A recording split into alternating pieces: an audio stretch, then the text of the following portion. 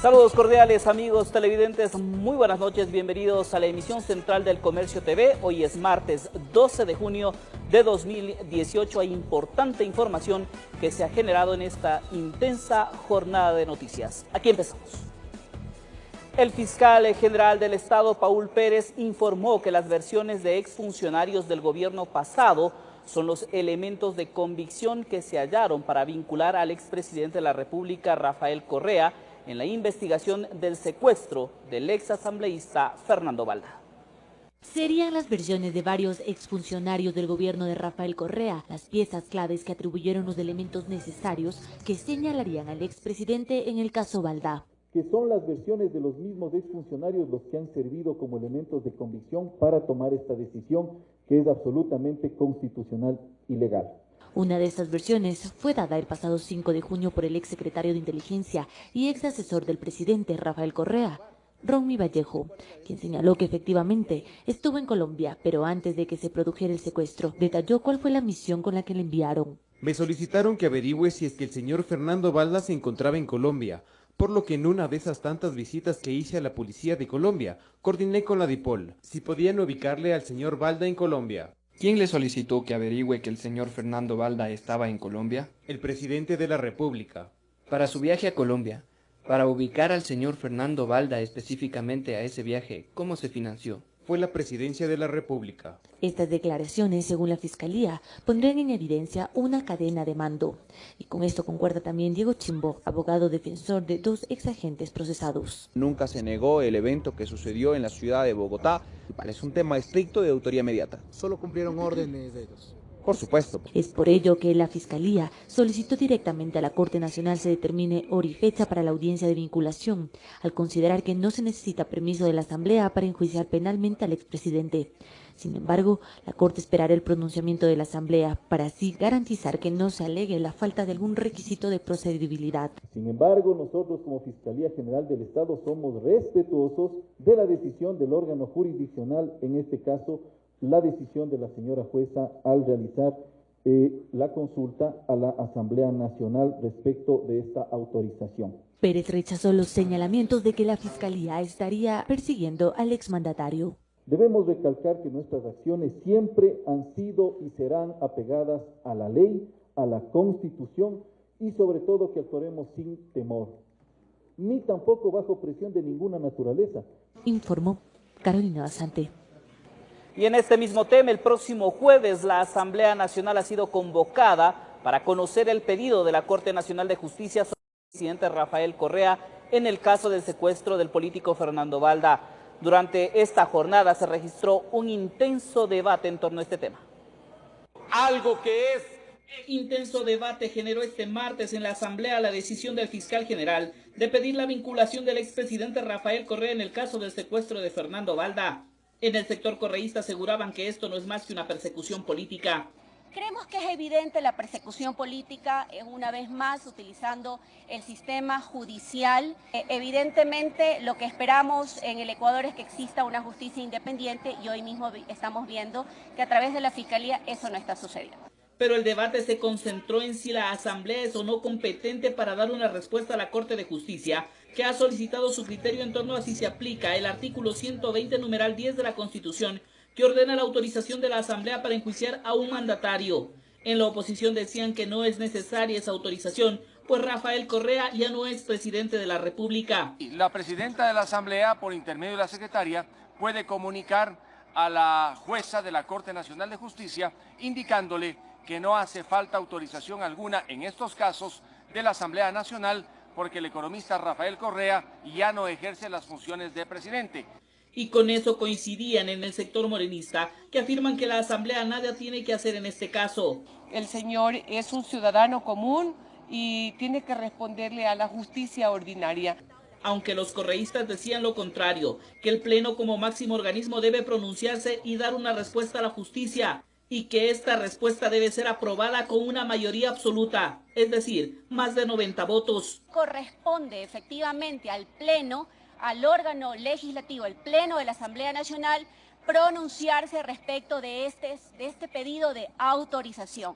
En Creo, por su parte, dicen que no es necesaria una respuesta con mayoría absoluta. Tan solo se debe dejar en claro que la Asamblea no es competente para emitir un criterio y, peor aún, aplicar el artículo 120 de la Constitución. En un análisis serio de la Constitución no se requiere autorización del Pleno, pero es el Pleno el que debe pronunciarse al respecto. Y para dar esa respuesta, la Asamblea se reunirá este próximo jueves en la tarde. La sesión ya ha sido convocada y, según fuentes de la legislatura, lo que se buscará es aprobar una resolución encaminada a dejar en claro que en este caso el artículo 120 de la Constitución no se puede aplicar, con lo que se podría dejar abierta la vía para la posible vinculación del expresidente Rafael Correa en el caso de Fernando Valdá. Informó Javier Gallo. Y al gobierno nacional le preocupa que un expresidente, en este caso Rafael Correa, puede estar involucrado en un secuestro ejecutado fuera del país. Juan Sebastián Roldán, secretario de la Presidencia, aseguró que no interferirán en la justicia al referirse al pedido de vinculación del expresidente Rafael Correa en el caso Valdá. El gobierno nacional descarta tener participación en la vinculación del expresidente de la República, Rafael Correa, en la investigación por el secuestro del asambleísta Fernando Valdá. Es el señor fiscal, en sus funciones, que ha decidido seguir adelante con este proceso. Es un tema, por supuesto, muy grave. Y al gobierno, por supuesto, que le preocupa, porque es muy grave pensar que un expresidente pueda haber estado vinculado en algo así como un secuestro fuera del país, algo muy grave. Juan Sebastián Roldán, secretario de la Presidencia de la República, habla de respeto del trabajo que efectúa la Fiscalía y Cortes de Justicia. Eso ha permitido que los fiscales y los jueces tomen decisiones difíciles, y tomen decisiones difíciles en la decisión que ellos crean. Este gobierno no persigue, este gobierno no ataca, este gobierno no golpea a sus opositores, este gobierno cree en la justicia. Y por tal razón tiene que dejar libertad a los actores de la justicia para que tomen las mejores decisiones posibles. Respeto de los otros poderes del Estado que desde el régimen prefieren ser cautos y aguardar la resolución de la Asamblea Nacional sobre el pedido de la Corte Nacional para vincular a Correa, lo que podría terminar en un juicio penal. La Asamblea tendrá que tomar una decisión al respecto de si tiene que pronunciarse o no. Entiendo que hay un caso en el pasado en el que esto ya sucedió y el Congreso de ese momento tuvo una posición similar a la que ayer expresaba la Asamblea Nacional, que es que la Asamblea no debe opinar al respecto de expresidentes. Es la Asamblea la que tiene que decidir y nosotros, en el marco del respeto de los otros poderes, es como actuamos en concordancia. Informó Héctor Romero. Cambiamos de tema. La Comisión de Fiscalización ha sido convocada para este próximo jueves a una reunión en la que se pondrá a reconsideración la votación sobre el futuro del juicio político en contra de los vocales del Consejo de la Judicatura en un nuevo intento por destrabar este proceso. Como mujer manabita, valiente, no tengo nada que temer, ni a las redes, ni a los comentarios, ni amenazas. Es la reacción de la asambleísta Carla Cadena, que denuncia amedrentamientos en su contra por no haber asistido a la sesión de la comisión que debía definir si se da o no paso al juicio político en contra de los vocales de la Judicatura. De algunos asambleístas que me mandan mensajes, de esos que no supieron poner el juicio bien sustentado, obviamente que he recibido, y en las redes sociales. Deja en claro que ella no tiene temor a tomar una decisión. Anuncia que va a asistir a la sesión convocada para el próximo jueves y que allí dará a conocer su posición. Aquí no hay nada oculto, siempre he trabajado transparentemente y apegada a la ley, y así lo voy a hacer. La sesión del próximo jueves será un nuevo intento por parte de la comisión para tratar de sacar al proceso político del limbo en el que se encuentra. El juicio político no fue ni aprobado ni negado, y lo que se busca con esta nueva convocatoria es que al final la comisión tome una decisión. Vamos a ver lo que pasa, ¿no? Ya también depende de la responsabilidad de cada asambleísta en relación a la votación que va en este caso, o ratificar o modificar. Ya eso queda en el foro interno de cada persona. Y con esta decisión de convocar a una reunión coinciden quienes han impulsado el enjuiciamiento, que están dispuestos a que el proceso no se quede en el limbo jurídico. Yo ojalá aspiro y espero que la asambleísta Cadena, que sería quien puede destrabar este proceso y esta lamentable situación que vive la Asamblea, que vote favorablemente para que se viabilice el juicio, o en su caso inclusive que tomen la decisión de archivarlo, pero que tomen una decisión. Aunque quienes están en la comisión tienen dudas en la legalidad de esta convocatoria, pues dicen la Comisión de Fiscalización no podría tomar una decisión, pues los plazos para aquello terminaron. Por lo tanto, me parece un camino un poco infructuoso, pero en todo caso esperemos a ser convocados en el caso que se dé la convocatoria y que se respete la normativa vigente, ¿no? En todo caso, solamente el próximo jueves se conocerá si en la Comisión de Fiscalización hay una salida a este enredo jurídico y si finalmente el juicio contra la Judicatura se archiva o pasa al Pleno. Informó Javier Gallo. Dirigentes del movimiento Creo acudieron a la Fiscalía General para reconocer la denuncia en el conocido caso Mangas, en el que se investigan las supuestas declaraciones del exsecretario de la Presidencia, Eduardo Mangas, sobre las recientes elecciones y el uso de recursos públicos de la Cancillería. El 422 del COIP dice que es obligación de los servidores públicos denunciar cuando se conoce un acto contra la administración del Estado. Dijo que las denuncias de Villavicencio, de otros funcionarios eran verdad. Eso dijo Mangas y eso hay que investigar. Y no solo aquello, sino que también hubo declaraciones en el sentido de que se utilizaron recursos públicos para fines de atender las particularidades del expresidente Rafael Correa. Gremios de periodistas cuestionan la conformación de la terna enviada por el Ejecutivo para la designación del Superintendente de la Información y Comunicación. Ellos demandan la presencia de un comunicador social en ese puesto. Edison Toro, profesional del derecho, quien ha desempeñado varios cargos en el sector público, actualmente coordinador general de asesoría jurídica de la Secretaría de Comunicación. Rosa Alba Guevara, abogada, quien también ha estado vinculada al sector público. Y Ricardo Freire, abogado con experiencia en la misma área. Forman parte de la terna enviada por el Ejecutivo al Consejo de Participación Ciudadana y Control Social Transitorio para la designación del nuevo Superintendente de la Información y Comunicación. Nombres que no convencen a muchos, entre ellos a Vicente Ordóñez, expresidente de la Unión Nacional de Periodistas. La terna no está conformada por un comunicador que hubiera sido la salida para poder ir a verificar.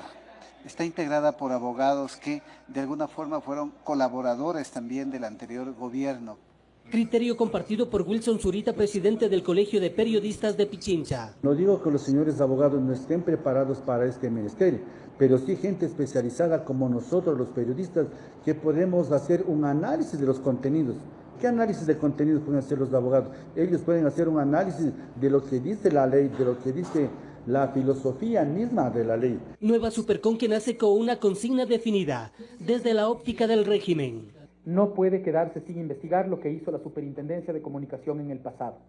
El gobierno nacional tiene la profunda convicción de que solamente explorando en la verdad es que construimos un mejor futuro y no puede haber otro órgano que ataque y persiga la libertad de expresión y a los medios de comunicación como hizo la anterior Superintendencia de Comunicación. ¿Con qué vara va a medir cuando el grupo o la terna integrada pertenecían también y colaboraban con el anterior gobierno? Con el análisis del trabajo de Carlos Ochoa podrían derivarse acciones legales. La información que salga de la superintendencia, de la nueva superintendencia, se hará pública. Aquellos temas que tengan algún tipo de vinculación con que se haya incurrido en algún delito tendrán que ir a la Fiscalía, los otros tendrán que ir a la justicia civil, a la justicia ordinaria. El gobierno nacional presentó un proyecto de ley de comunicación que propone la eliminación de la Supercon. Es decir, está en manos de la Asamblea Nacional el tiempo de vida que le pueda quedar a esta superintendencia, informó Héctor Romero. El diplomático de carrera José Valencia asumió sus funciones como nuevo ministro de Relaciones Exteriores y Movilidad Humana, quien estará al cargo de la Cancillería de la República. Así lo ratificó el presidente Lenín Moreno a través del decreto 430, donde también aceptó la renuncia de María Fernanda Espinosa a esta cartera de Estado. Asimismo, mediante el decreto 431, el primer mandatario designó a Espinosa como embajadora en misión diplomática de gestiones especiales con rango de embajadora jefa de misión del Servicio Exterior. Esta disposición otorga el rango a Espinosa para que pueda ejercer el cargo de presidenta de la Asamblea General de las Naciones Unidas. Y arrancó el análisis en primer debate de la ley que busca incentivar la producción en el país. El informe fue puesto a consideración del Pleno de la Asamblea. Los legisladores entregaron sus primeras observaciones al proyecto, que fue calificado como económico urgente. El análisis arrancó en la Asamblea. En el informe para primer debate, los legisladores de la Comisión de Desarrollo Económico realizaron varios cambios. Por ejemplo, incrementar de 10 a 12 años el no pago del impuesto a la renta a las empresas que busquen invertir en el país. Planteó ampliar, ¿no es cierto?, a 12 años en el caso del resto de ciudades del país, con excepción de Quito y Guayaquil, pero Guayaquil y Quito 8 años. Que este incentivo para la nueva inversión va encaminada a la generación de nuevas plazas de empleo, aseguran en la legislatura. Medidas que beneficien al ciudadano, al empresario honesto y que inviten, por supuesto, a la inversión extranjera. Se habló de la remisión de las deudas en diferentes sectores y que esto podría reactivar a las empresas que pasan por complejas situaciones económicas. Tendrían facilidades de pago hasta por 2 años. Creo que esto es muy beneficioso porque justamente se está direccionando el gran apoyo a aquellas empresas pequeñas, aquellas microempresas, aquellos emprendedores. Aunque esto es criticado desde sectores como el correísmo, que aseguran que una nueva remisión de deudas afecta a la economía. No se ha entregado la lista de beneficiarios del IES que tendrían esta remisión. No tenemos la lista de los beneficiarios que van a ser de lo que es la remisión de multas e intereses de los grupos económicos que están incluidos dentro de esta remisión. Con otro tema que no están de acuerdo es con la eliminación gradual del impuesto a la salida de divisas, que eso pone en peligro la dolarización, afirman. En el informe para primer debate se rescata gran parte del texto original enviado por el Ejecutivo. En la Asamblea están seguros de que aprobada esta nueva normativa, se logrará una reactivación efectiva de la economía del país. Informó Javier Gallo. Y según diferentes analistas, el apoyo internacional en materia económica que Ecuador busca concretar con organismos multilaterales es positivo para la nación. Afirman que estos acercamientos podrían ayudar al país a atraer inversiones, así como renegociar su deuda. Una vez que el país ha permanecido alejado por más de una década de organismos multilaterales de crédito, la visita de trabajo que el ministro de Economía Richard Martínez realiza a Estados Unidos, al Fondo Monetario Internacional, Banco Mundial y al Banco Interamericano de Desarrollo es necesaria. Así lo indicó el experto en temas económicos Mauricio Pozo. Creo que es una visita todavía tal vez protocolaria y diplomática, pero que puede terminar en un programa. El último programa que tuvimos con apoyo de los multilaterales fue el año 2003. Según Pozo, debido a que Ecuador mantiene una deuda muy cara y requiere mayor financiamiento, es necesario llegar a acuerdos con organismos internacionales. Para él, acercarse a una solución con respecto al gasto excesivo que se tuvo en la década anterior, tendrán un impacto inicial con costos que el gobierno deberá analizar en su momento. Igual que una familia que gastó de más, ya no va a poder comer todos los fines de semana afuera, sino tal vez pasando un fin de semana. Va a haber ciertos costos sin duda alguna, pero dejar las cosas como están nos puede llevar a una situación ahí sí muy complicada. Y este rumbo que intenta tomar el gobierno central es percibido por actores de la economía nacional como positivo. Argumentan que acuerdos con organismos internacionales brindarán tranquilidad económica al Ecuador. Que eso se traducirá en que habrá mayor estabilidad, habrá mayores fuentes de empleo, ¿sí? Y que habrá más atracción de capitales hacia el país, que es lo importante. Posición que la comparte el presidente de la Cámara de Comercio de Quito, quien añade que el Estado tiene que reestructurar su deuda a largo plazo. Es necesario dejar de endeudarnos con bancos chinos, dejar de tratar de evitar la emisión de bonos dentro de lo posible. Eso le va a dar mucho más liquidez al Estado. Estas medidas, aseguran los entendidos, permitirán que la economía nacional crezca en concordancia con políticas económicas ordenadas y confianza internacional, informó Javier Rosero. El ministro de Comercio Exterior, Pablo Campana, se reunió este martes con los representantes de la Federación Nacional de Cámaras y Asociaciones de Comercio, esto con el objetivo de continuar buscando mejores alternativas de inversiones que permitan mejorar la producción de todas las provincias del país. La reunión del día de hoy ha sido muy positiva. Hemos quedado con compromisos de visitar ciertas provincias que necesitan que vayamos, que conozcamos más la problemática, que tratemos de buscar soluciones. También vamos a trabajar de la mano con las cámaras de comercio, en este caso con la Cámara de Comercio de Quito, en evaluar las distintas provincias del país y sus potencialidades, a ver de qué manera podemos apoyar. El diálogo está funcionando, el diálogo que ha invitado el señor presidente de la República, Lenín Moreno Garcés, a que trabajemos de la mano, sector público y sector privado, está funcionando. Y dirigentes indígenas y del Frente Unitario de Trabajadores anunciaron que se movilizarán en contra de las políticas económicas del gobierno. Además, les preocupa el manejo de los proyectos mineros. El proyecto de ley de fomento productivo que entró en primer debate en la Asamblea Nacional preocupa al gremio de trabajadores. Según José Villavicencio, presidente del FUD, la propuesta solo estaría beneficiando a los grandes empresarios. Y entonces no es correcto de que se siga con la misma práctica de bajar impuestos y perdonar intereses, condonar las multas a quienes durante 10 años anteriores. El informe del proyecto económico de carácter urgente, que acogió propuestas de varios actores, no se tomó en cuenta la de los trabajadores. Es cierto, fuimos invitados a la Comisión Económica, no pudimos ingresar frente a todavía la prepotencia que existe en la Asamblea de no recibir a los trabajadores para dar nuestra propuesta. Además, el representante de la Ecoarunari, Yacu Pérez, afirma que el proyecto económico podría afectar a los sectores sociales. Va a reducir el tamaño del Estado, pero sobre todo va a reducir en los sectores sociales, es decir, en salud, en educación, en seguridad social. Sobre la suspensión de la explotación minera en el proyecto Río Blanco, ubicado entre las parroquias cuencanas de Molleturo y Chaucha, uno de los 5 proyectos considerados estratégicos por el gobierno nacional, Yacu Pérez denunció que se estaría persiguiendo a quienes han defendido la naturaleza, ya que pesa una denuncia en su contra por el presunto delito de sabotaje. Y la raíz de todo esto atribuimos que es una vendetta, una venganza pública que lo hizo el gobierno porque logramos que se pare la minería en Río Blanco a través de una acción de protección constitucional.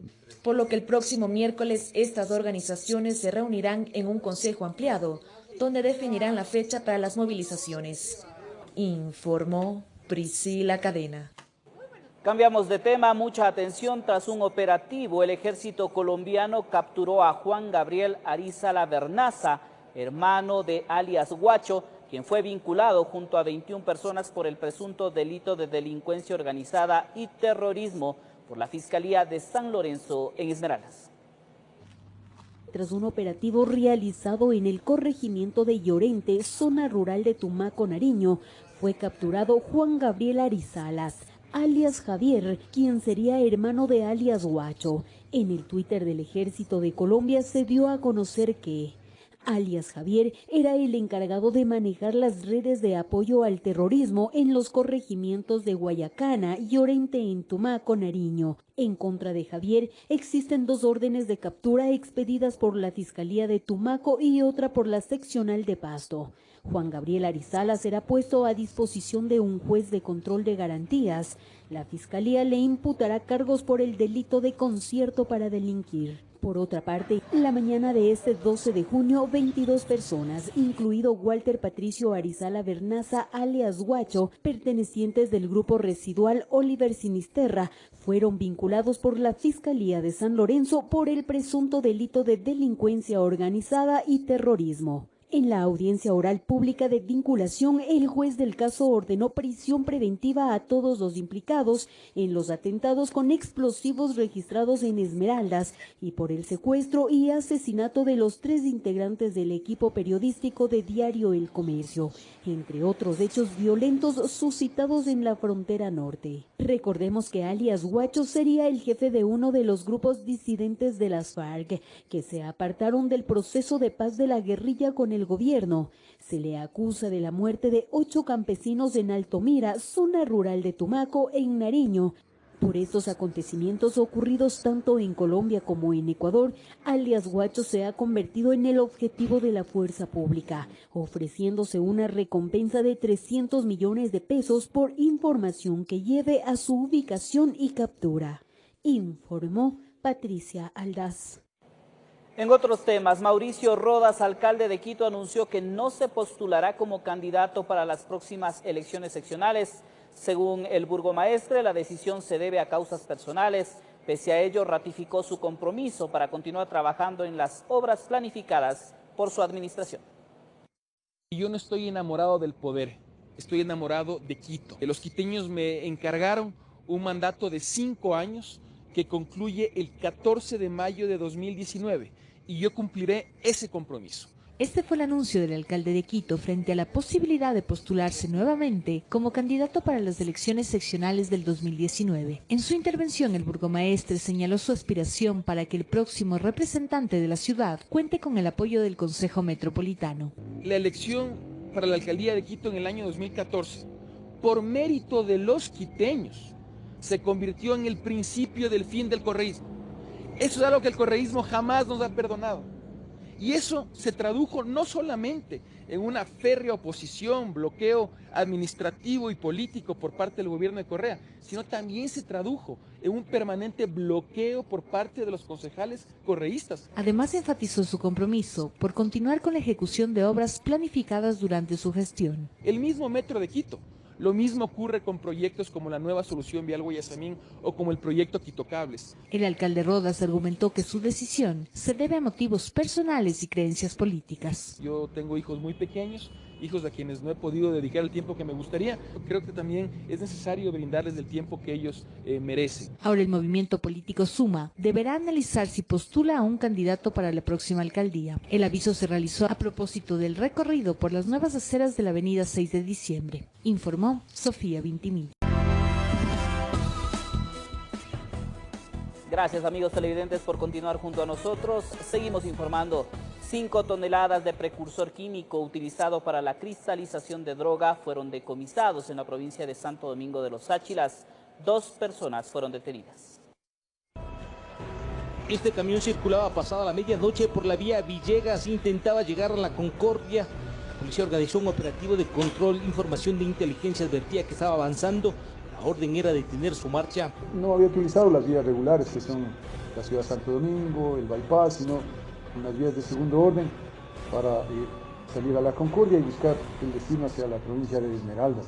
Sabían que estaba cargado y no precisamente de mercadería legal, sino de un químico cuya venta en el país es controlada. El cloruro de calcio habría ingresado del vecino país de Perú.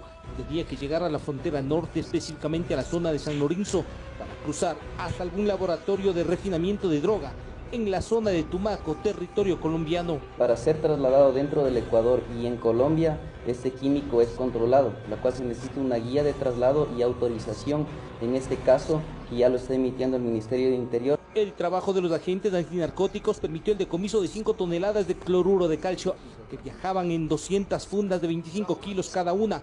El chofer y su acompañante lograron cruzar medio país utilizando rutas alternas. Sirve para elaborar aproximadamente 12 toneladas de clorhidrato de cocaína. En el proceso de refinamiento de la hoja de coca, el químico es utilizado para el proceso de secado y blanqueamiento, es decir, para obtener un producto de mayor calidad. Lo que hace el cloruro de calcio es absorber esta humedad y cristalizar. Cristalizar en el sentido de que para más pureza que exista en el bloque de clorhidrato de cocaína. En el primer semestre del 2018, la Policía Antinarcóticos ha decomisado 60 toneladas de precursores químicos, golpeando de manera contundente a las organizaciones narcotraficantes. En Quito informó Iván Casamen.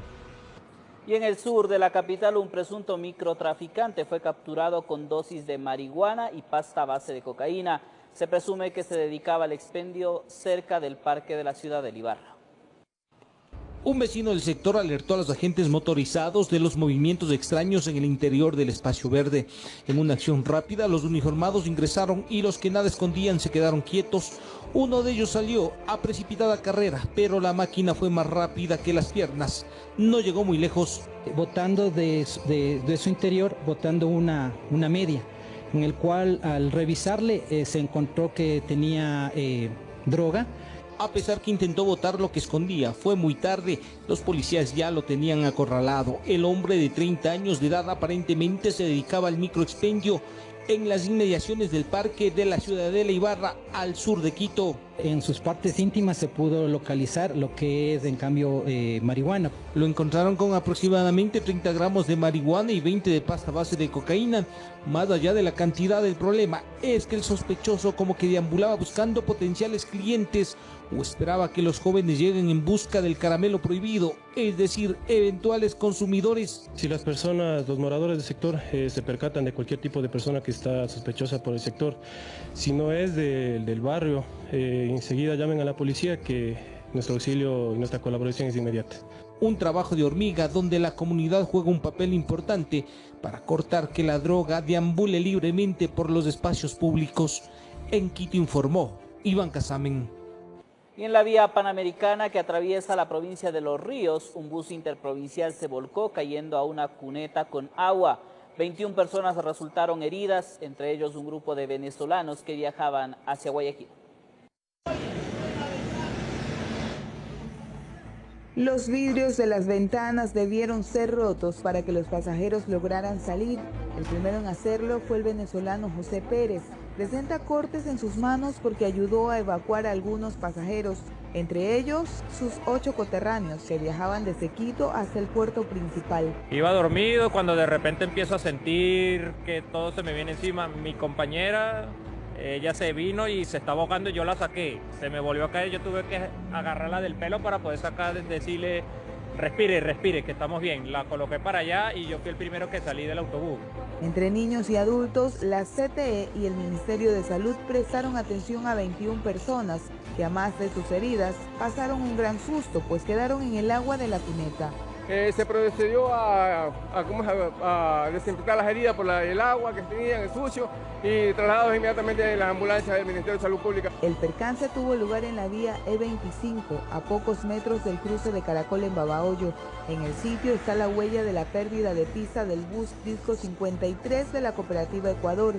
Los pasajeros creen que el respeto a la velocidad les salvó la vida. Pero el señor chofer se quedó dormido. La suerte que no venía a velocidad, porque si no, fuera otro cantar.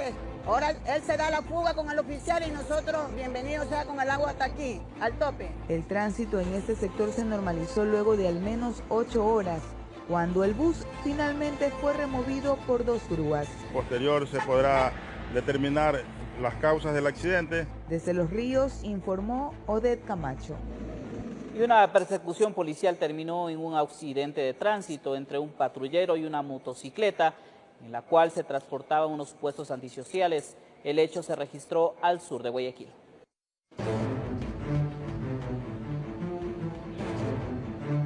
El ECU 911 había puesto en alerta todas sus unidades porque se reportó la existencia de un robo en el sector de La Puntilla, perteneciente al cantón San Borondón. Se indicó que los sospechosos se encontraban armados y se trasladaban sobre una motocicleta.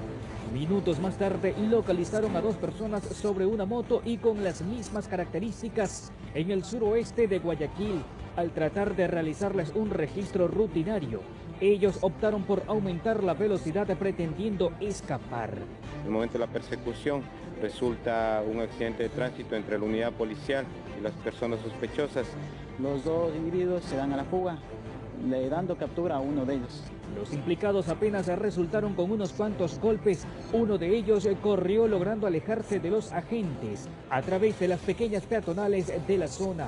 El otro involucrado no corrió con igual suerte y fue detenido. En ese instante se conoció que se trataba de un ex miembro de la misma fuerza policial, actualmente dado de baja por su historial. Cuenta con 2 detenciones, uno por violencia y otro por robo. En su poder se encontró varios indicios con los cuales se establece que sí se trataba de las mismas personas anteriormente reportadas a través del ECU 911. Claro, los especiales lo que encontraron como indicio es una arma de fuego tipo cartuchera, igual 2 celulares que son de las personas que habían cometido el robo, el presunto robo. La verdad que la inseguridad que también está en el sector, ¿no? Lo que hicieron la policía muy bien es haberles tirado el carro encima para que los señores no se vayan. Informó José Morales. Alexandra Córdoba, madre del joven desaparecido David Romo, llevó las inquietudes del caso de su hijo ante el fiscal general encargado Paul Pérez.